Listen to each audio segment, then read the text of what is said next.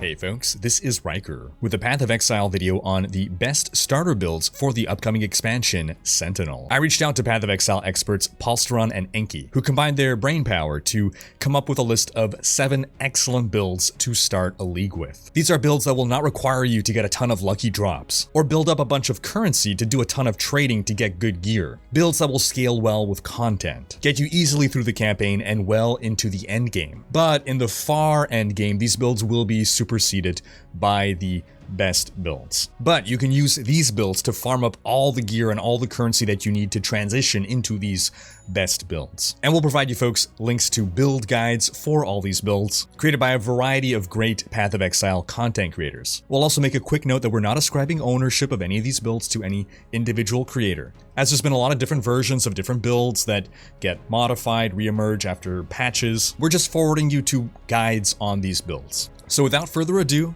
our top 7. First, we have the Seismic Trap Saboteur, which is a very popular build at the start of a new league. You start by picking the Shadow Core class, which is a hybrid intelligence dexterity class that fights with claws and daggers. And then you move into the Saboteur Ascendancy class, who specializes in laying traps and mines. And as its name suggests, this particular build revolves around using Seismic Trap as its main skill. This skill releases seismic waves to strike enemies in small bursts. This build is an incredible all-rounder. It performs at least decently in all scenarios, and is arguably the king of killing bosses. With very little gear investment, it's able to put out tons of damage. And it has a safe playstyle. You toss out your traps, and then they just shoot out shockwaves over a period of time while you're free to dodge around and avoid enemy mechanics. Now, trap laying playstyle is not for everyone. It's a little on the passive side. Rather than dealing damage directly, you're laying down a trap and the trap is the one dealing the damage. But there's a reason that this build is so popular. However, that popularity means that on the trade scene, a lot of items used in this build are in high demand at the start of a league, so prices tend to be high. You can check out Path of Math's video for a guide on this build, link in the description. That takes us to build number 2, the Explosive Arrow Ballista Elementalist. Do you want to lay down ballista turrets that fire volleys of exploding arrows that set enemies on fire, all while you're picking up loot? Then this is the build for you. You start with the Witch class, who's a pure intelligence spellcaster, and then you take the Elementalist Ascendancy, which turbocharges your elemental damage and basically makes everything you touch catch fire. Your main attack is Explosive Arrow, which launches an arrow that sticks to either an enemy or a wall, and after a while explodes, dealing damage in an area. But you're not an archer, so you're not the one shooting the arrows. You are deploying ballista totems that will fire those arrows for you, like the ancient Korean hwacha.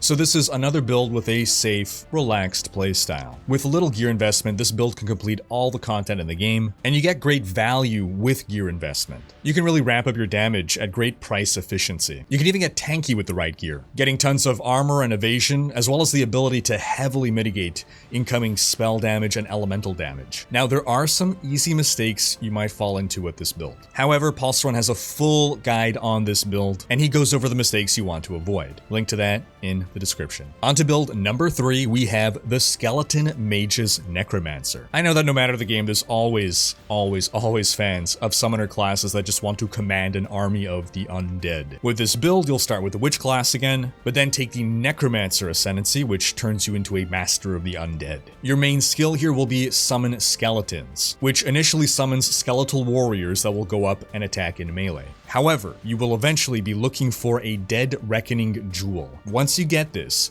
those skeleton warriors will instead spawn as skeleton mages. And skeleton mages just shred everything in your path. And there's so many of them that they serve as a nice meat shield wall. Lack of meat. Bone shield wall. Meatless shield. And even if enemies get past your meatless shield and hit you, you'll be tanky enough to survive a hit. This build has a lot of armor, a lot of block, and a lot of life gain in order to recover after a hit.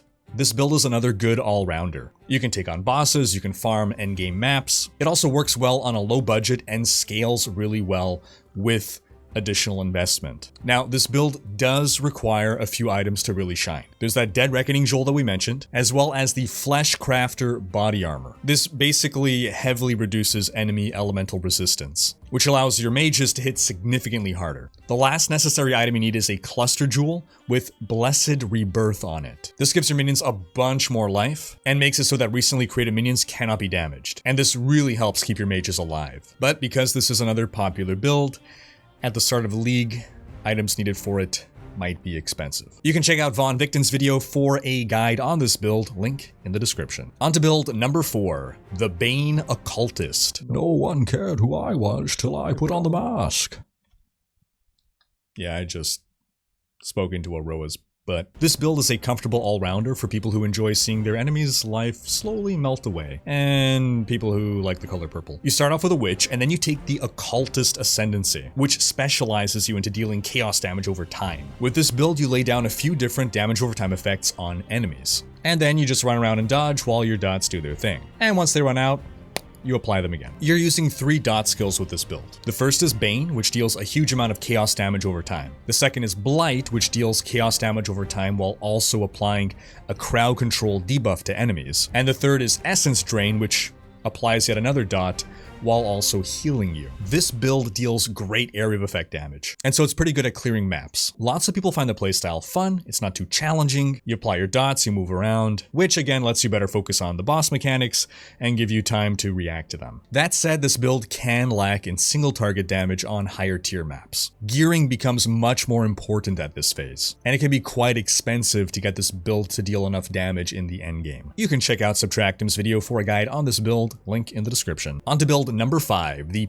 Poisonous Concoction Pathfinder, which is a great build to take if you're looking to later respec into a different build and you just want a really strong starter. This build starts with the Agile Ranger class, and then moves into the Pathfinder Ascendancy class, whose focus is on flasks. Yes, this is a class with mechanics that revolve around the game's potion system. Instead of drinking your flasks, you are transforming them into poison bombs and throw them at enemies. The Poisonous Concoction skill is your main damage dealer. It has you throw an explosive bottle in an area that has a chance to poison enemies. And if you have any charges of your life flasks left, it will consume charges of your life flasks to deal more damage. Then, once you add the Greater Volley support gem to your build, you begin throwing out insane numbers of flasks at once, which gives you a huge power spike early on during your leveling process. And your projectiles are able to shotgun single targets, meaning your flasks can overlap and hit a single target multiple times. And because the damage of Poisonous Concoction comes entirely from the skill gem and from your flasks, you don't need to rely on a good weapon to deal damage. This makes your leveling experience incredibly comfortable, dealing great damage throughout the campaign. You're also really tanky since you're pretty much constantly benefiting from your flask effects since you're spamming them all the time as an attack. And you also have high armor and high evasion. However, this build's damage does fall off significantly once you're into higher tier maps and endgame bosses, since you can't upgrade your weapon to increase your damage. You can still power through thanks to how tanky you are, but fights take increasingly long. You can check out Essero's video for a guide on this build, link, you know where it is. On to build number 6, the Spectral Helix / Lightning Strike Champion. Do you want to be a Hammerdin? Did you ever want to be a Hammerdin but wondered, hey, why can't I be a Swordadin or an Axadin? Why does it have to be hammers? Well, it doesn't. This build uses the Spectral Helix skill to make spectral copies of the weapon you are wielding and starts launching them and spinning them around to strike enemies. In the case of this specific build variant, we're actually using claws as weapons. We start by taking the Duelist class, which is a hybrid between strength and dexterity. It's great at both dealing and avoiding damage. Then we take the Champion Ascendancy, which has a great mixture of offense and defense, and makes this build incredibly tanky thanks to the damage reduction granted by Fortify. This build is consistently strong throughout the game, and it has great single target and bossing capabilities. It also has great life recovery through life gain on hit. Now you'll notice that we did put / Lightning Strike in the name here. And this is because, while spinning weapons are great, it's not the best at clearing maps or scaling into endgame. So you'll eventually want to respec into a Lightning Strike build in order to really take your build to that next level. Now the other issue here with Spectral Helix is that because you are tossing out literal copies of your weapon actually matters. Meaning as you're leveling up, you need to frequently upgrade your weapon. And you need the knowledge of what to look for in a good weapon in order to ensure your damage doesn't fall off as you are progressing through the game. We should also mention that not everyone enjoys the playstyle of shooting out spinning weapons. They can collide with walls, and some people find this annoying. But I've always loved Hammerden, so it's just a quirk you need to learn to work around. You can check out Crouching Tuna's video for a guide on this build, link. And lastly, we have number 7, the Cold Dot for Everyone build. Are you part of everyone? Then this build is for you. This is another damage over time build, but this time instead of chaos damage, it's cold damage. Like the Bane Occultist build we spoke about earlier, you take the Witch class and the Occultist Ascendancy. But you're using the cold skills Vortex and Wintertide Brand to deal cold damage. While you're moving, you cast Vortex, which makes icy blasts explode around you. These leave behind icy vortices that deal damage over time. And then you use Brand Recall to refresh and move your Wintertide brands from enemy to enemy. It's a build that's easy to set up and easy to play. And it has good survivability because you can move out of harm's way while you're still dealing damage. And since this is a spell-based build, it scales well as you level up, with very little need for gear investment. It's solo self-found friendly, with the gear you need being easy to craft. And if you're not solo self-found, the gear is easy to trade for. Plus, you have a ton of defensive layers to keep you alive. Armor, block, energy shield, plus crowd control through chill and freeze. That said, it's not a very fast playstyle. You're not going to be one-shotting enemies with huge upfront damage here. This build needs to take its time to whittle down enemies. And if you want to kill bosses, well, you'll have to invest a hefty chunk of these later. You can check out Shack Central's video for a guide on this build, link below. Because that's going to wrap up this video. But do sound off in the comments with what build you're planning to start off with in the new Path of Exile expansion. And be sure to check out Palstron and Enki for more Path of Exile guides. Thanks for watching. Special thanks to my Twitch, Patreon, and YouTube supporters for making these videos possible. If you like what you see on this channel and want to support the creation of more content, you can consider pledging on YouTube or Patreon and unlocking behind-the-scenes content, monthly virtual hangouts, and more. If you enjoyed this video, please share it. Check out these other videos and subscribe to join Riker's Raiders for more ARPG content.